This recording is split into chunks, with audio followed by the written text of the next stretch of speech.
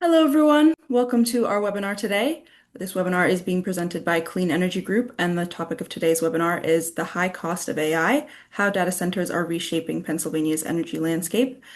The date today is February 25th, 2026, and we have an excellent panel of guest speakers with us today. But before I pass it over to them, I'd like to go over a few webinar logistics. All attendees are in listen-only mode, so your webcam and your microphone are disabled. The chat function is also disabled, so if you would like to submit questions and comments, you can do so via the Q&A panel. We'll be saving about 15 to 20 minutes at the end of the webinar to address audience questions. So as the webinar is progressing, feel free to submit your questions as you think of them, and then we'll get to them at the end. Automated captions are also available. Speakers' bios will be made available in the chat as they're being introduced. And finally, this webinar is being recorded. We will email you a webinar recording within 48 hours, and it will also be posted on CEG's website at cleanegroup.org/webinars. And with that, I'd like to pass it over to our first speaker today, my colleague Ava Morgan.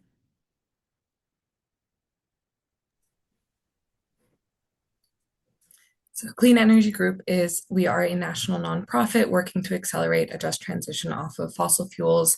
We focus on climate resilience and community health, distributed energy access and equity, energy storage and flexible demand, and fossil fuel replacement.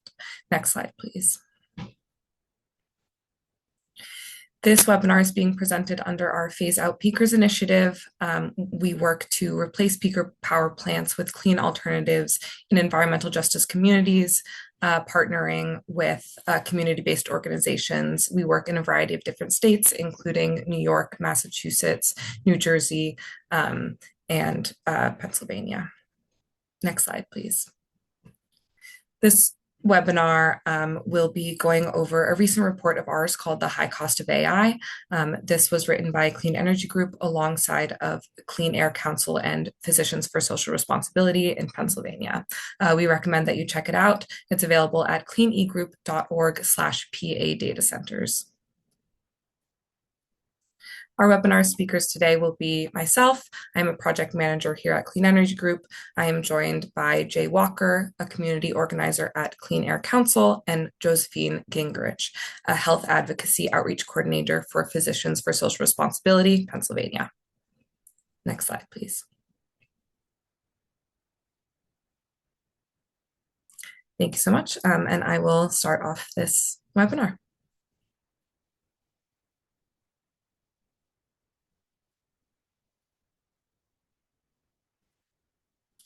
Serena, are you able to share the slides? Yes, sorry, 1 second. No worries.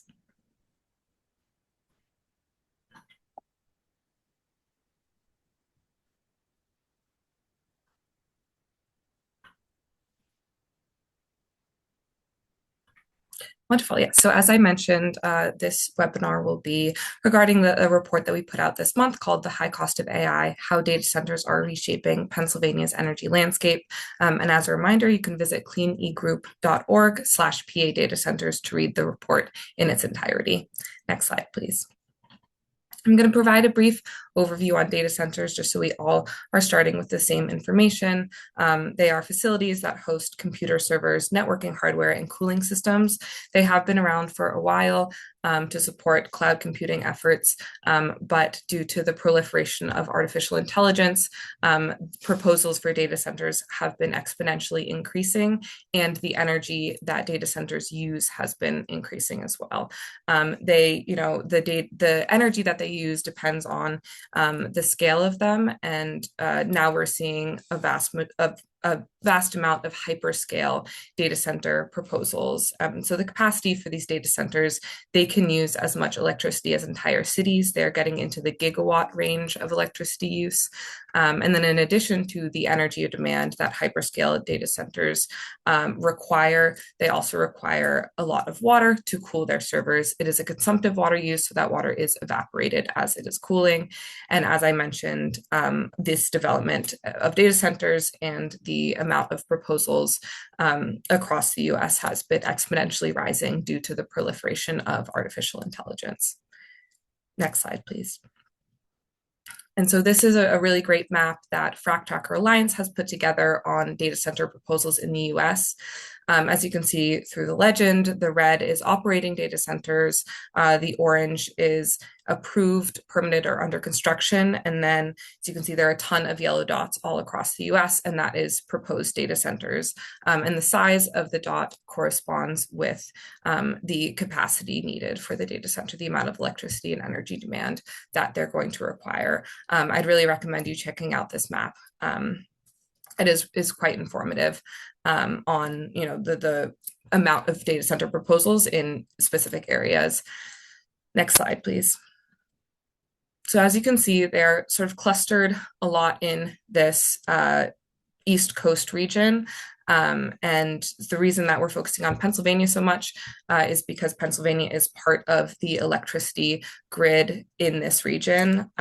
Next slide, please. So we'll talk a little bit about PJM interconnection. So as you can see from the top photo, the US is split into regional electricity grids. PJM stands for Pennsylvania, New Jersey, and Maryland, which were the three original states. But it is the regional electricity grid that serves 13 states, parts of 13 states and DC. And it is the largest regional electricity market by the amount of people that it serves. And so within this regional electricity market, various states export and import electricity. And one of the reasons that we focus so heavily on Pennsylvania in this report is that Pennsylvania is the biggest exporter of electricity in PJM, and it exports electricity to the states surrounding it. Next slide, please. So as you can see, as I mentioned, Pennsylvania down at the bottom, the states in orange are the net recipients of electricity. So they import electricity into the state to cover their energy needs. And then the states in blue are exporters of electricity. So this is a graph from 2024, data from 2024, and it shows just how much electricity Pennsylvania is exporting to the states around it. Pennsylvania is the second largest exporter of energy in the country, second to Texas.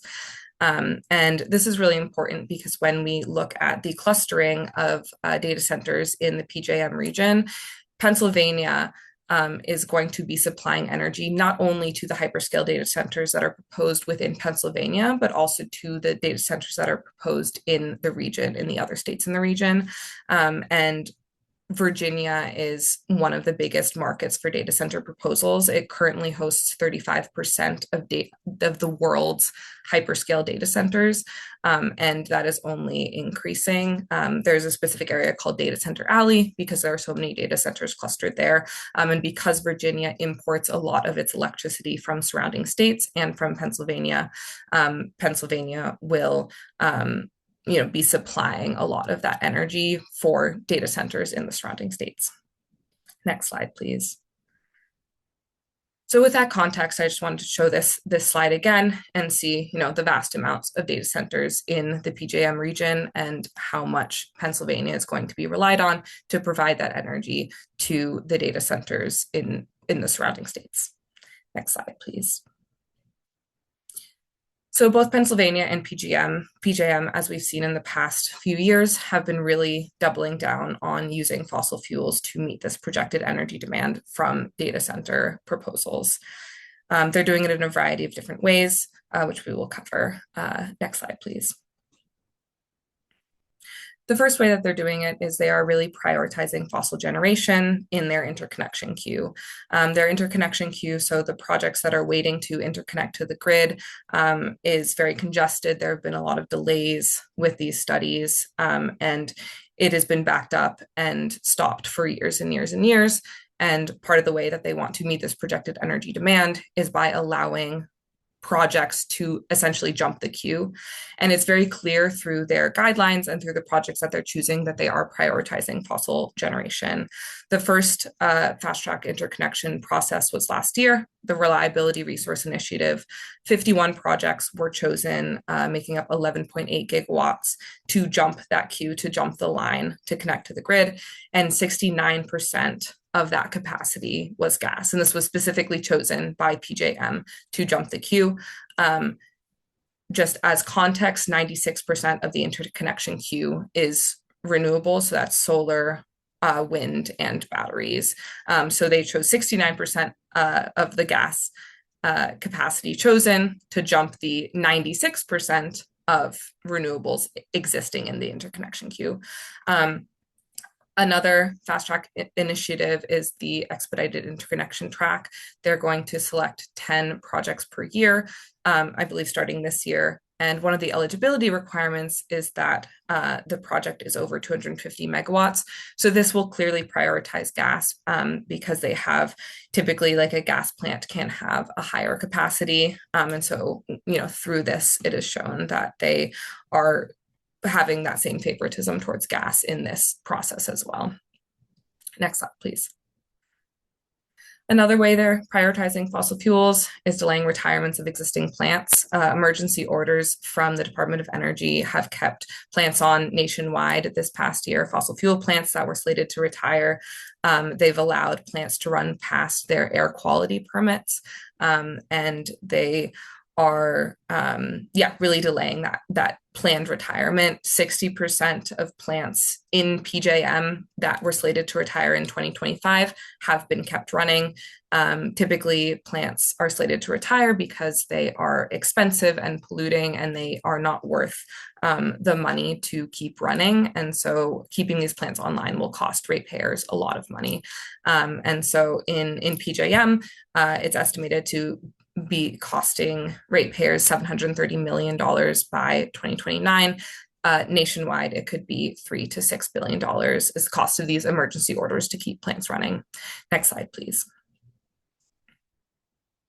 One example of this is Eddystone Generating. It was a formerly coal plant that was transitioned to gas and oil. It was set to retire last year, but an emergency order from the Department of Energy kept it running in May to August. Another emergency order in August kept it running to November. Another emergency order in November kept it running till now. And actually, just yesterday, another emergency order was issued to keep Eddystone Generating running until this May.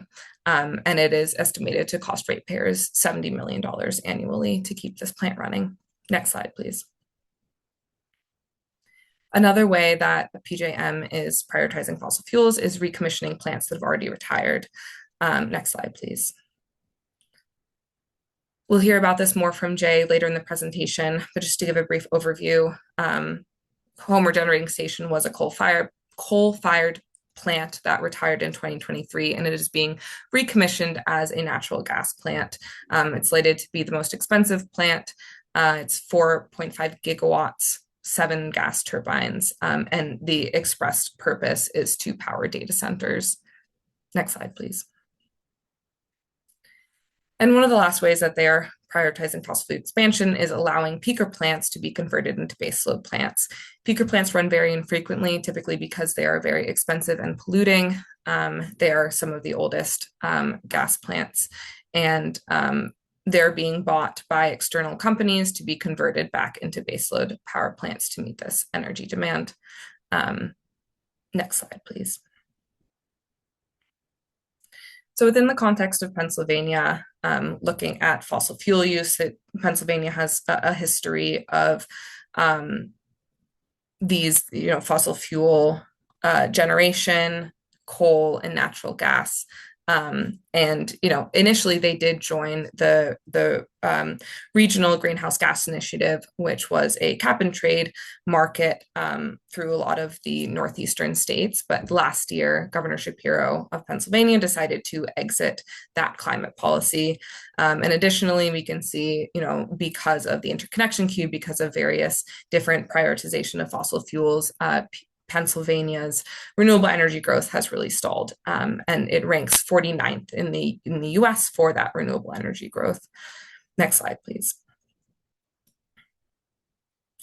And as we're thinking about prioritization of fossil fuels, often the question comes to mind, like, what is the alternative to meet this energy growth if there does have to be this increase in energy demand? Which, Josephine will get into, whether or not the estimated demand is accurate. But As I mentioned before, solar, wind, and batteries make up 96% of the interconnection queue in PJM. That's these numbers were as of a few days ago: 73 gigawatts of solar, 10 gigawatts of onshore wind, 14 gigawatts of offshore wind, and 44 gigawatts of batteries. And just a reminder, that is the queue of projects waiting to connect to the grid that have been delayed, and the gas projects have jumped this renewable energy. And a study came out last year that found that this renewable energy could interconnect at surplus interconnection points, so points where potentially thermal gas power plants aren't outputting the amount of capacity that that interconnection point can have. And having these renewables use up that surplus interconnection could really help meet that projected energy demand. Next slide, please. And just before I pass it on to Josephine, I just want to give a brief overview of some numbers about what is the cost of this AI use, data centers, and fossil fuel expansion. It'll have a great monetary cost to ratepayers and to people, to ratepayers who are paying for this gas generation and for the transmission costs. Renewable projects are cheaper than fossil fuel plants. 91% of new renewable projects were cheaper in 2024, and yet PJM and Pennsylvania continue to prioritize fossil fuels. The transmission costs to connect these data centers to the grid are extremely expensive. PJM passed on $4.3 billion to ratepayers in 2024. And then also on the health and climate side, data center demand, if it goes in the same direction that it has been going, it will add 24 million to 44 million metric tons of CO2 to the atmosphere by the end of the decade. And that is not even to touch on the local air pollution problems that keeping these plants running and creating new gas-fired power plants will create. And with that, I will pass it on to Josephine.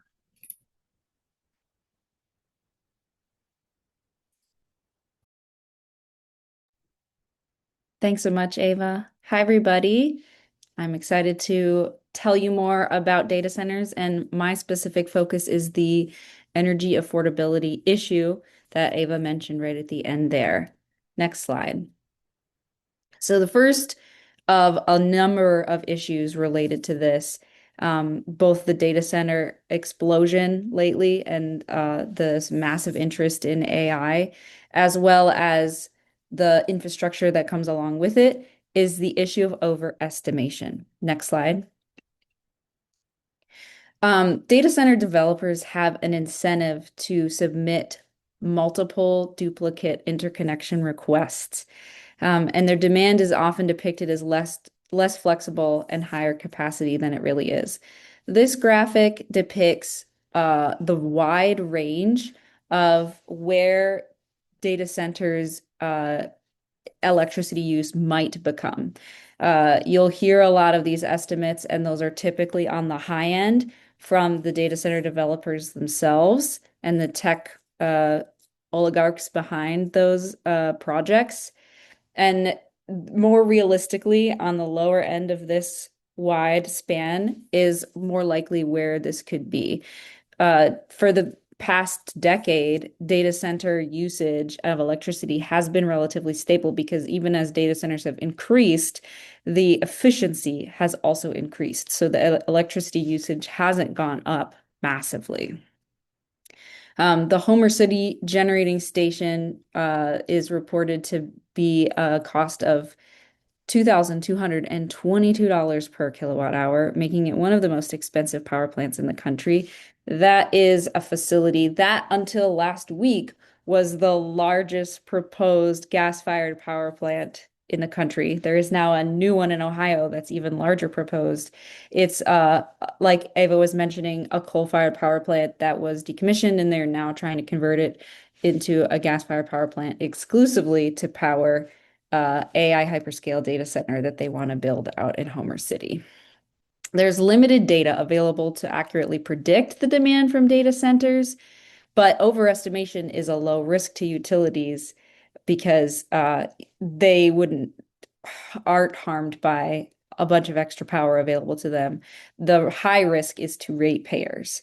And so all of these factors involved here on estimating the load growth are expected to influence residential energy bills and increase them by over 10% in PJM region in the near term. Next slide.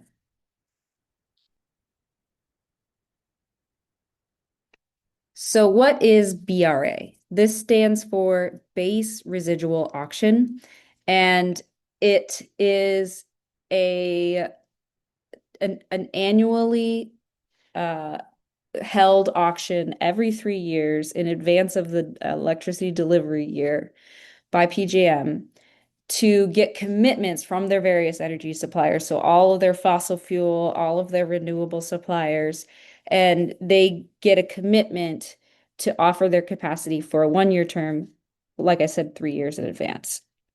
All of that to sort of say it's capitalist money arranging to estimate the cost of what you're going to need to buy as far as how much electricity for the grid to supply to consumers. Customers pay for the energy they consume, but they are also paying for the energy that needs to be available to serve their accounts. And the grid is based on their usage and demand during the peak hours when it's most constrained. This is, if you look at your electric bill, what you might see as a capacity cost, and that can be about 30%-ish of your supply charges in your bill. The last 3 BRAs, which again are held annually, have been skyrocketing in cost. So the 14.7 billion that you see was 3 years ago, 16.1 billion was 2 years ago, and last year it was 16.4 billion. It has been skyrocketing in cost compared to, again, a more stable energy estimation. While several factors can influence this, the main thing that we're seeing is data center load growth, which was found by an independent market monitor that monitors PJM. And they are now looking to demand that PJM stop connecting new large data centers. Next slide.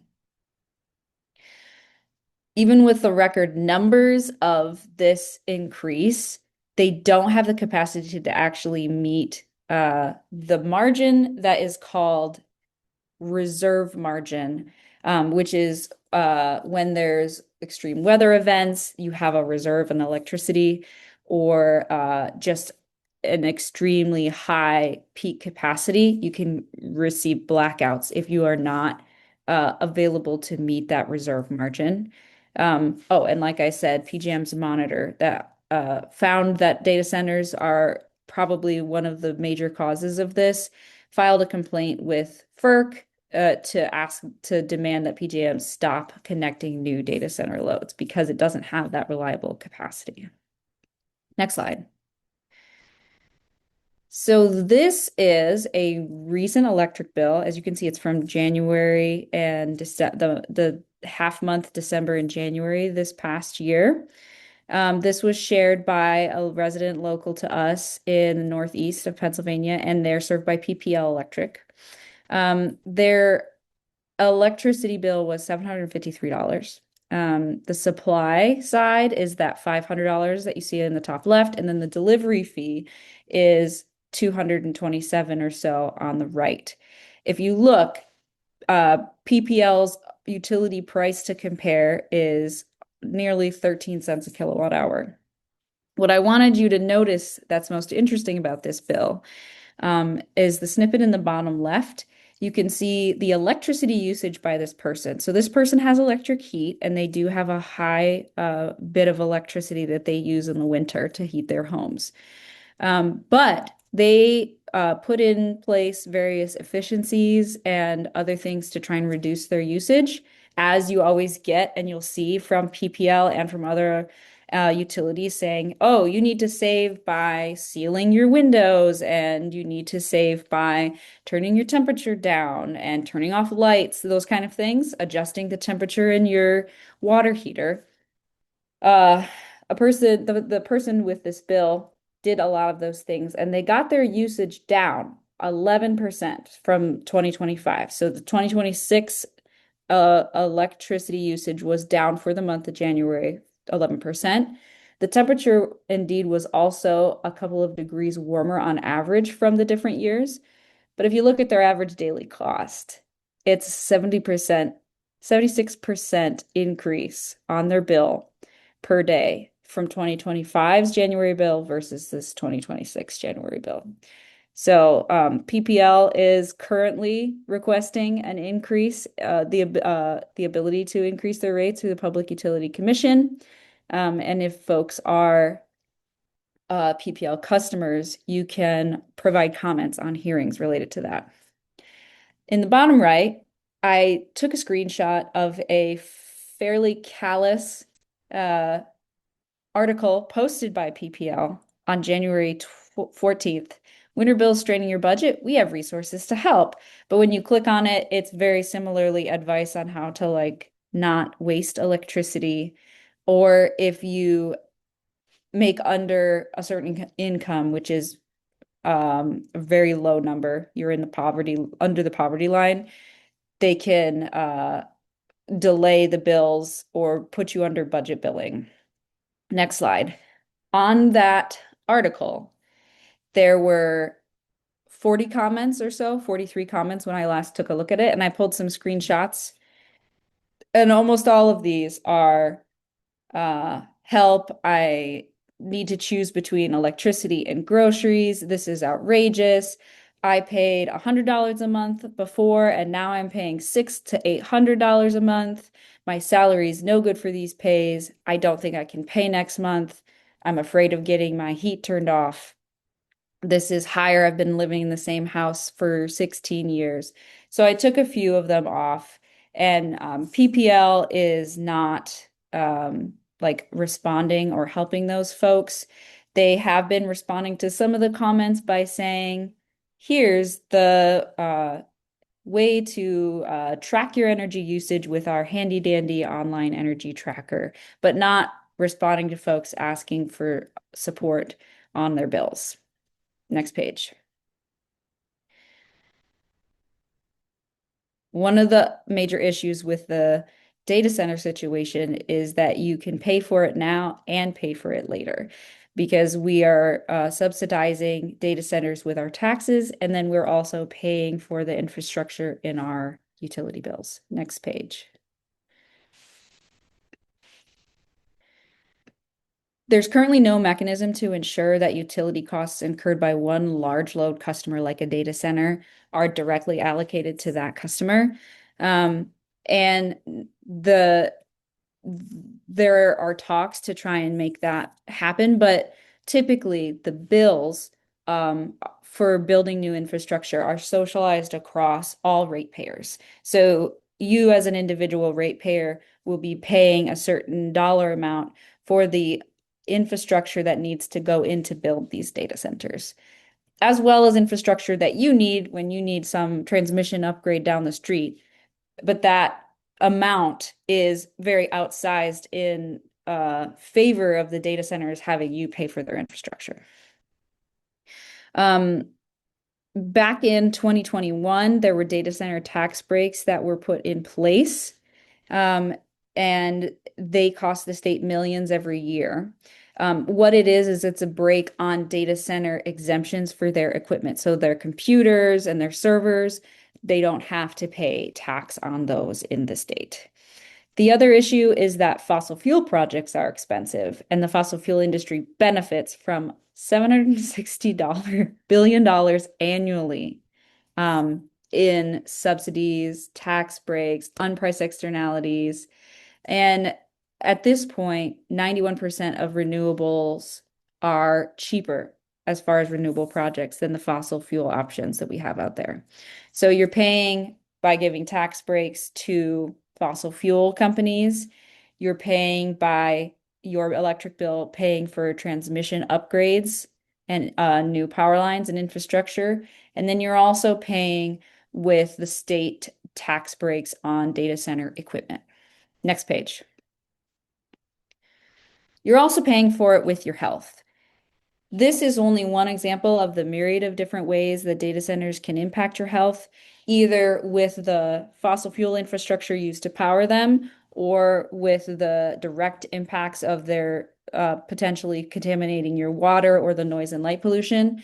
But one of the major ways is that they have backup generators, but they've been using them in other places to just run 24/7 and choke out whole communities with the pollution from those gas and diesel turbines.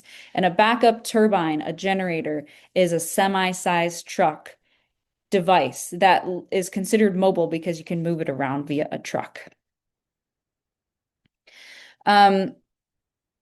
Next page. A few ways that we can counteract that is voicing our concerns and monitoring your air. There are purple air monitors across the state that have been installed by Physicians for Social Responsibility. And we can get a baseline for your air quality now to figure out what's going to happen as we fight these various data center projects across the state. Potentially, just from this pollution, we could end up with 1,300 premature deaths from the condition by 2028. Next page. Some solutions to stopping the data center expansion beyond what it actually needs to be. And I will stress here that none of us here are the reason that the AI expansion is contributing to this data center and energy crisis. It's a made-up crisis because the AI quote unquote revolution is something being pushed upon us. Even if some folks out here use Amazon Web Services or ChatGPT, which are things that I, recommend avoiding, we, the consumer, are not the ones responsible for this massive artificial energy burden. We have regulatory and legislative solutions that can help with this. Next page. Some examples of that are early exit fees, schedules to ensure that we have enough infrastructure in place, tracking the utility costs, and specifically charging the data center customers for those utility infrastructure costs. And then, like I said, 91% of renewable energy projects are cheaper than fossil fuel alternatives. Also, in the state of Pennsylvania, Senator Katie Muth has recently proposed a 3-year statewide moratorium, and I encourage folks to call your senators and ask them to co-sign onto this, because that would give the state 3 years' time to put regulatory and legislative guardrails in place rather than these sort of predatory development projects just popping up and folks having to oppose it at the local level. Next slide. In the meantime, I'm a community organizer, and local solutions have been kicking it off and really creating a positive impact because the power is really in us. Next slide. A great example is the Project Hazelnut site that was proposed and still is proposed for the area just west and south of Hazleton.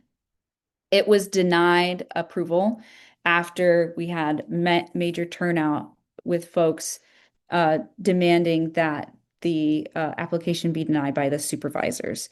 What we're seeing is that organizing at the grassroots level, connecting with other concerned residents, finding your local leaders or becoming a local leader where you get folks together to voice your concerns to your local municipality, your state legislators, and getting ordinances in place to safeguard it can really have a positive impact.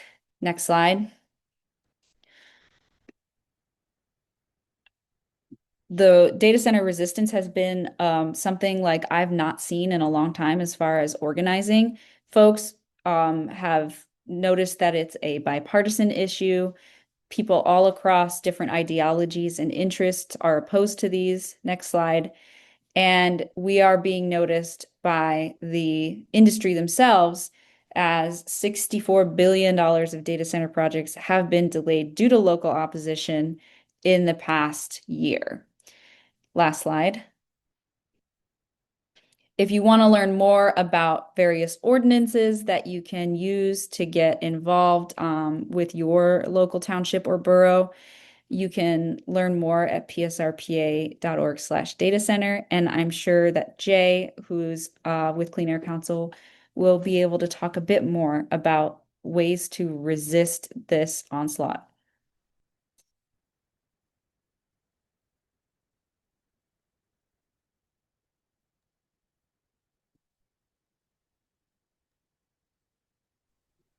Hello.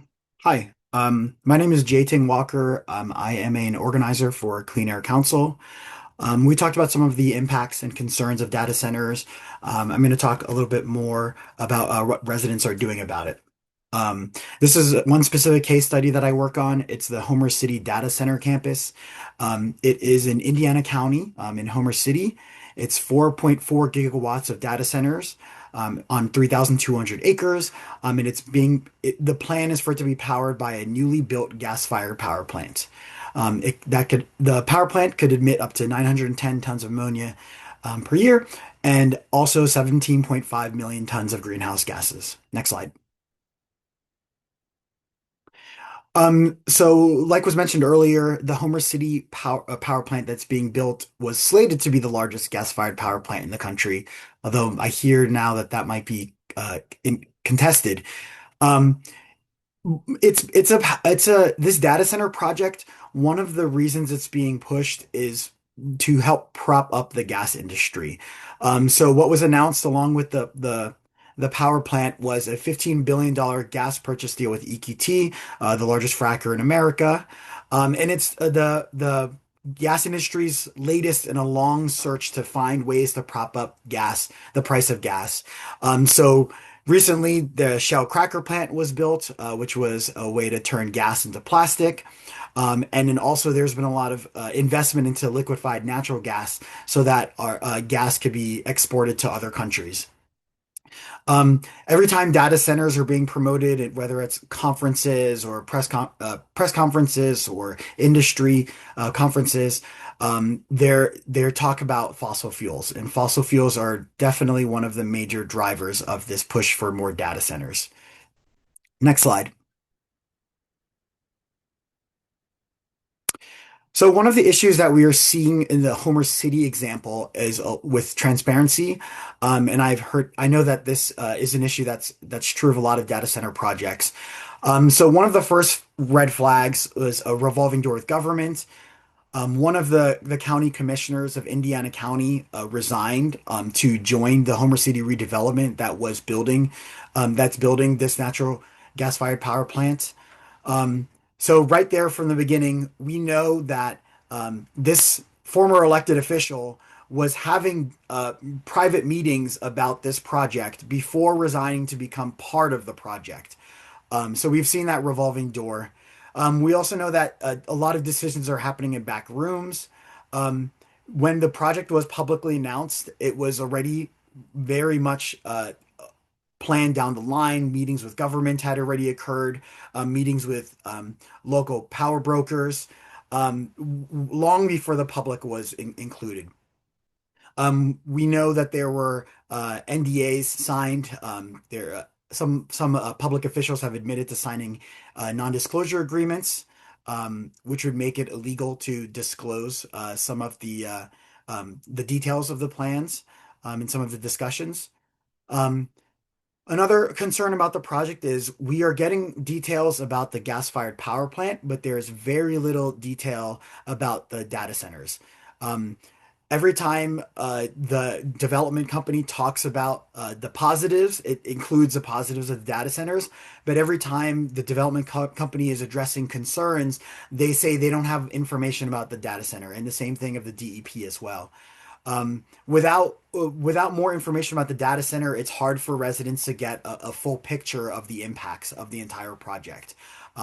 It's like a piecemeal project where they're hoping to chop it up and then kind of get parts of it done at a time to reduce the overall scope of to reduce concerns.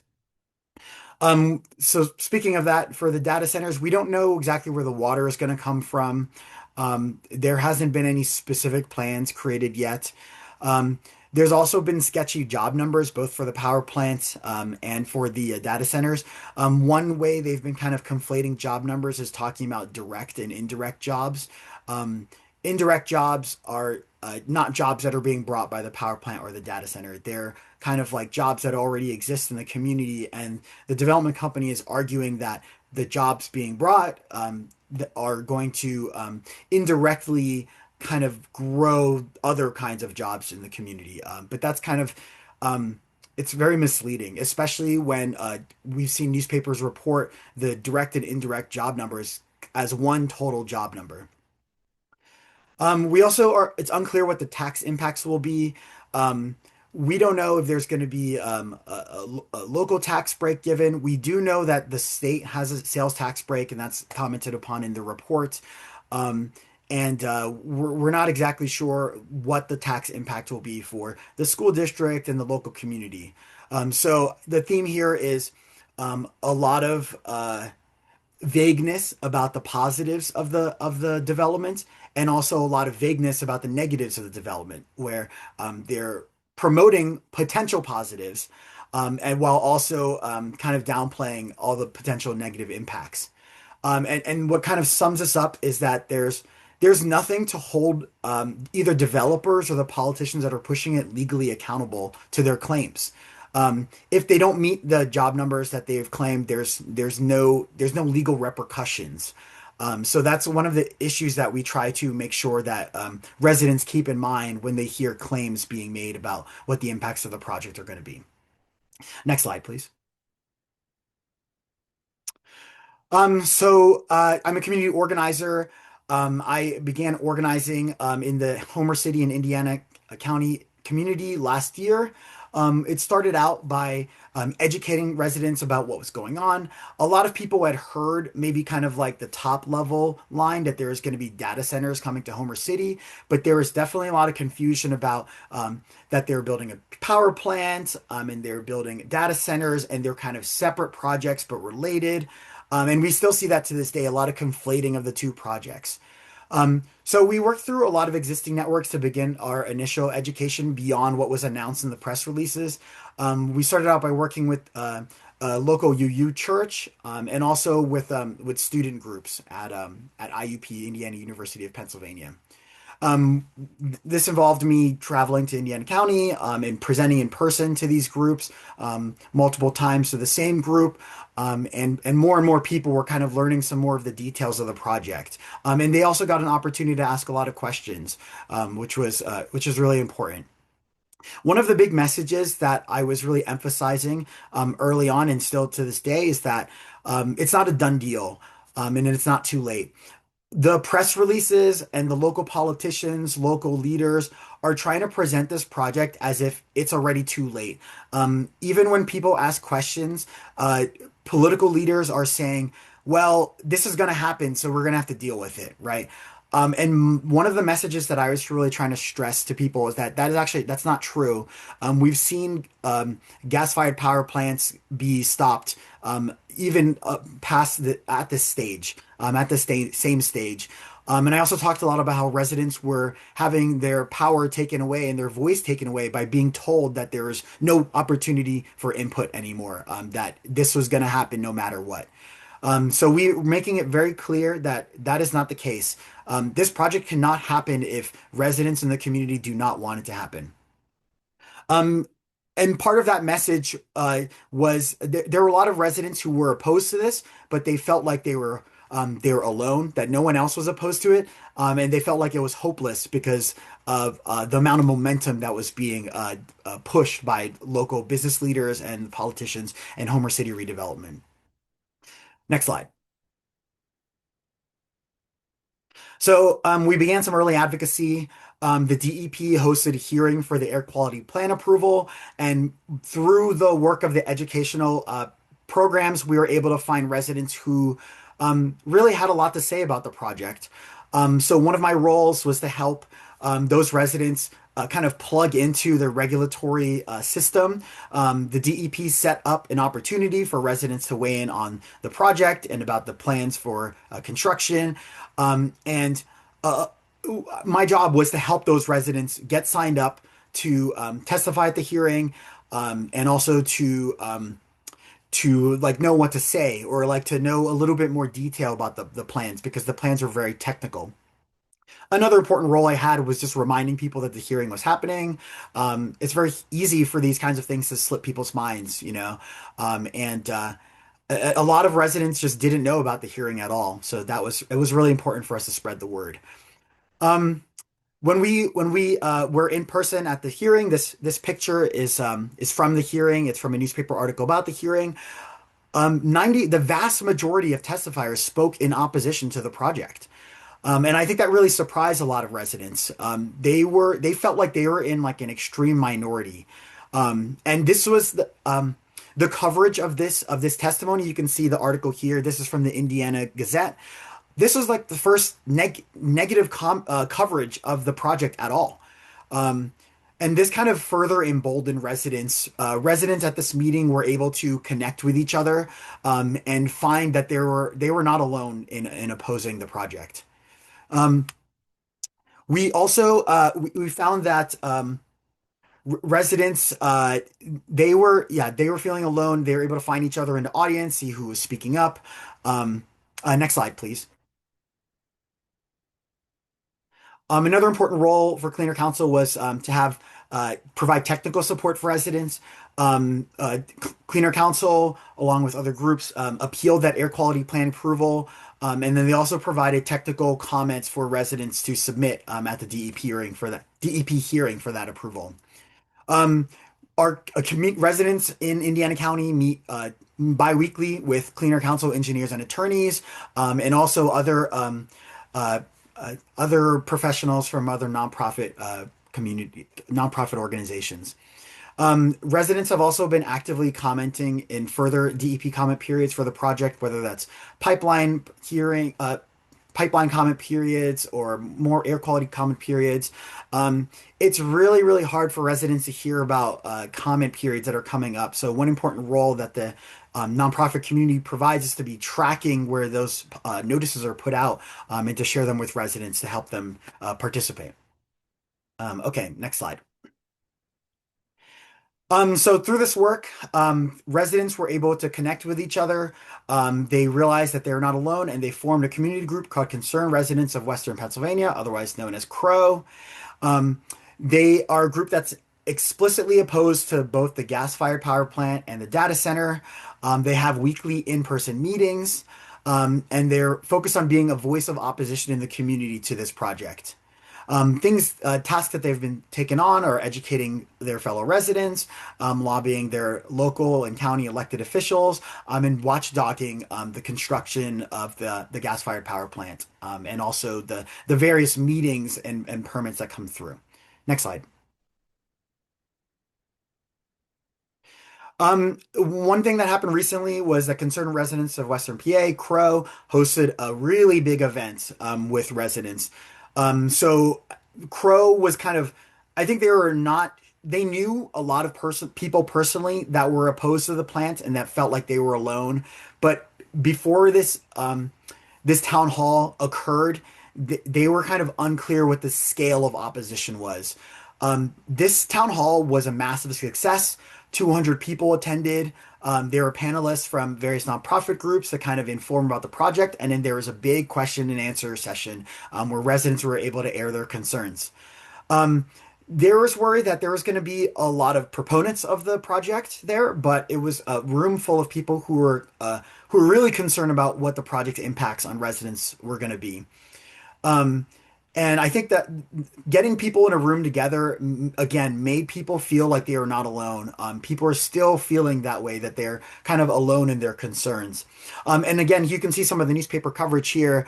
There was a lot of coverage of this town hall, and the dominant narrative was that everybody in the community supported this project, and everybody wanted to see it happen. All different stakeholders wanted to see it happen, and this made it clear that that was far from the truth.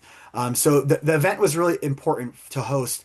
And we're going to continue seeing more events like this too, and to bring those concerned residents into the Crow organization. Um, okay. That's kind of my summary of kind of some of the organizing that has gone into place around a data center project. This is the kind of organizing that's happening in communities around the country, and this is just the beginning of the organizing. I think one really important thing is that the data centers have not even been the proposals haven't even been made yet. They're still trying to get customers, yet there's some strong community organizing into play that's coming into play. And that's going to make it tougher for data centers to want to sign up for this data center campus. But also it's going to make it much easier to push the kind of like local regulations that Josephine talked about. So we're going to keep working, and hopefully we will be able to spread the word around much larger swaths of the community. Thank you.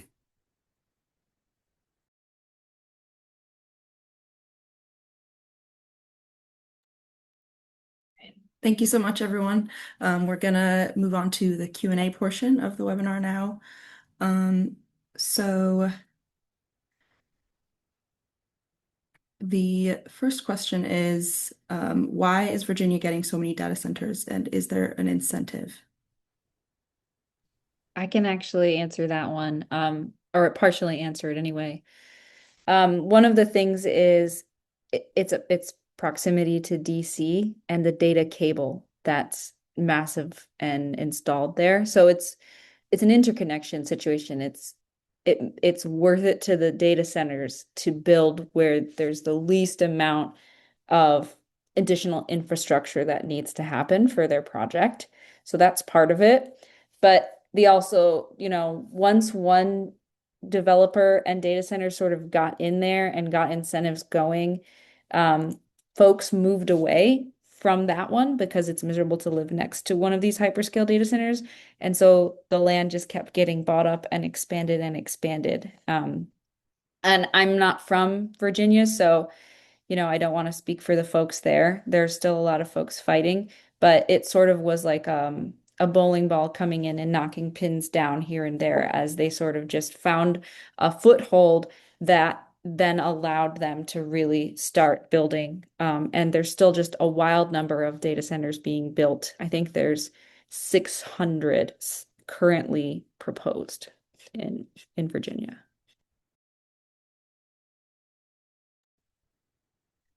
Thank you. So the next question is, the national consensus is that data centers need to bring their own energy and capacity. Is there legislation proposed in Pennsylvania to require this? And is the PUC doing anything to ensure customers aren't paying through the nose for data centers? I'm not sure if there's any legislation specifically for bring your own capacity, but I do know that there is a legislation, HB 1834, that we touch on a little bit in the report, that would go a bit of the way to protect ratepayers, including some of the things that Josephine mentioned, the early exit fees, the load ramping schedules. But yeah, if Josephine or Jay, if you have any more information on bring your own capacity specifically. I can, yeah, add just a little bit. There has been talk about, like even from Governor Shapiro and others, about requiring on-site power generation, but the risk with that is what kind of power generation. What we really need to advocate for is safe power generation, clean power generation, because we're hearing people propose these small modular nuclear reactors, which would be extremely dangerous. And it's also like an untested technology that's looking to proliferate across the state. And then, like we've said in the various presentations, there's not a way to do an oil and gas like extraction and power generation that doesn't harm our health. There's not like a low emissions version of a gas-fired power plant. So that on-site is a risk or off-site is a risk.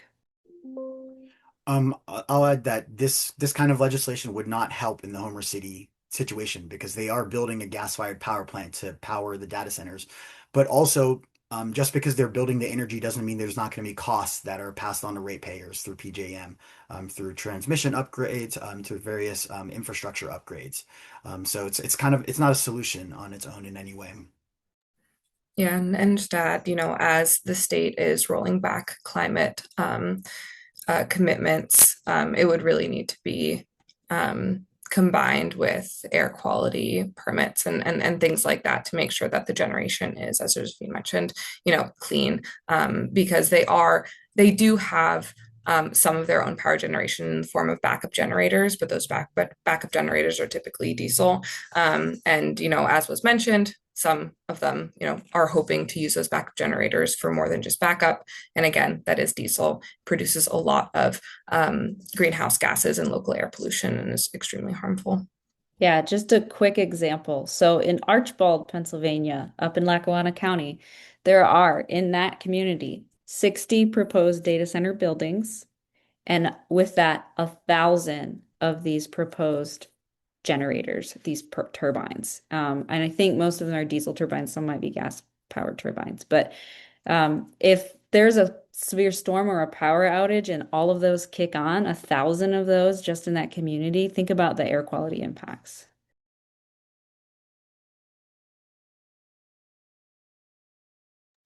Okay, thank you all. The next question is, um, why are fossil fuel plants allowed to go past their planned retirement phases? Is it because we need all the electricity we can get, or is it a directive from the executive branch? It's we have seen for the past year it's been an directive from the executive branch and following the administration goals of increasing fossil fuel use.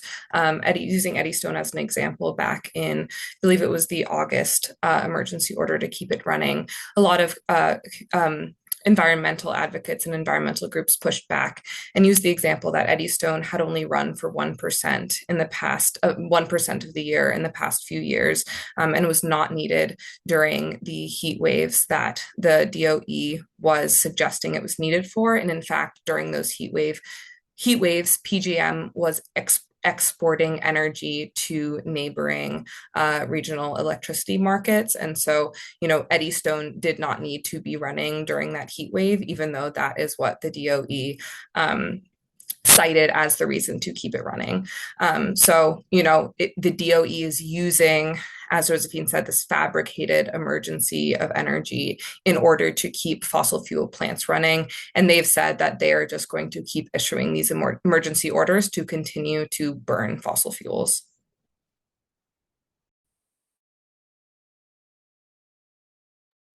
Okay, thank you, Eva. Next question I think is more for Jay. What lessons or best practices do you see from previous similar experiences in Western Pennsylvania, such as fracking, in terms of organizing resistance to data centers? Okay, so my background has been more working on air quality work, like steel mill emissions, um, and resident impacts.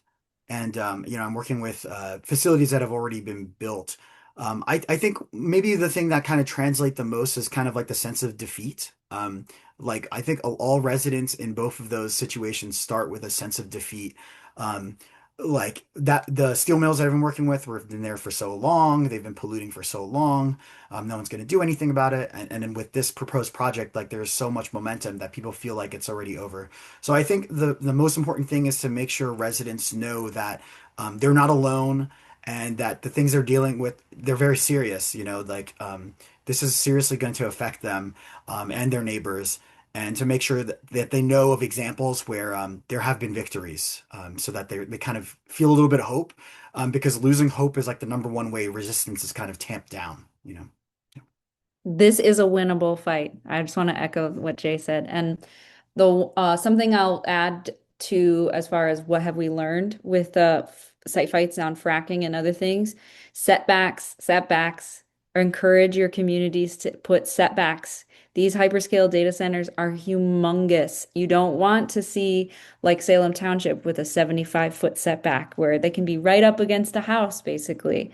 We recommend, and this is from Food and Water Watch, they recommend 2,500-foot setbacks near residential areas and schools. So even if you don't have a data center proposed in your community, go to your township and borough and, have them put those setbacks in your zoning to help protect you for future projects. And just to reiterate something Josephine mentioned earlier in the presentation is that PSR PA has done a lot of work on data center ordinances for towns, and that can really help towns on a town by town level be able to protect residents from these data centers and some of the harms that they can bring. Okay, thank you. We are supposed to end at 2, but we'll go over a few extra minutes to address some more audience questions, if that's all right. Another question is there any local and regional policy being proposed to mitigate the energy demand with renewable energy and batteries?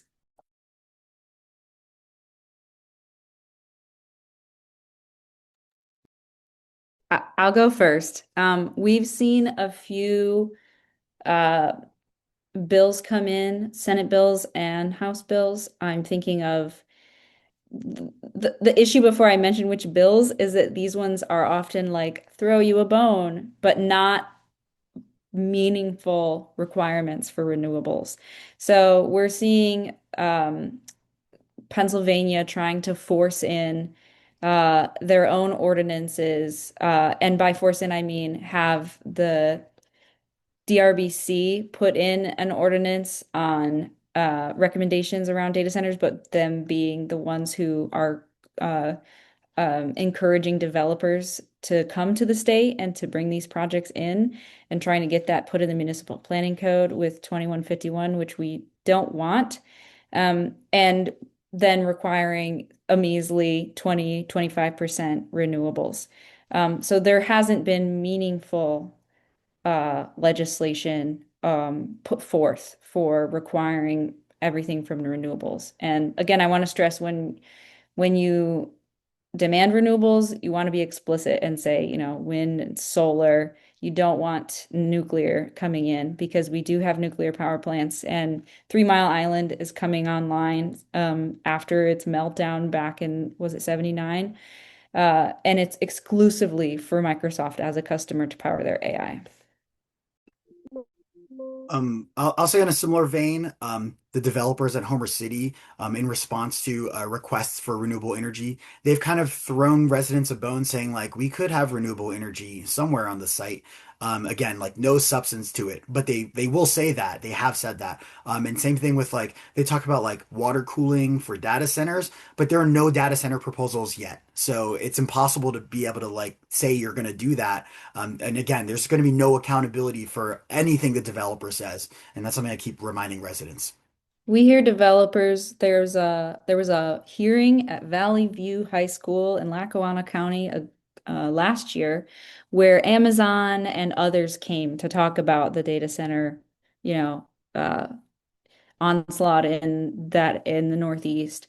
And Amazon said at least 3 times in their opening remarks, carbon free, carbon free, carbon free. But when you then look at their actual permit applications, that's not the case. And it's very polluting things that they're putting forth. So they're saying something um, to residents and doing something else when they're applying for these projects.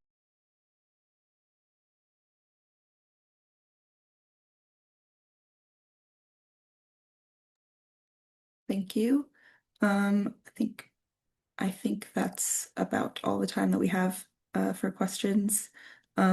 So thank you everyone for speaking today. Thank you to everyone who attended and asked questions. This webinar is going to be has been recorded and will be sent to all the attendees.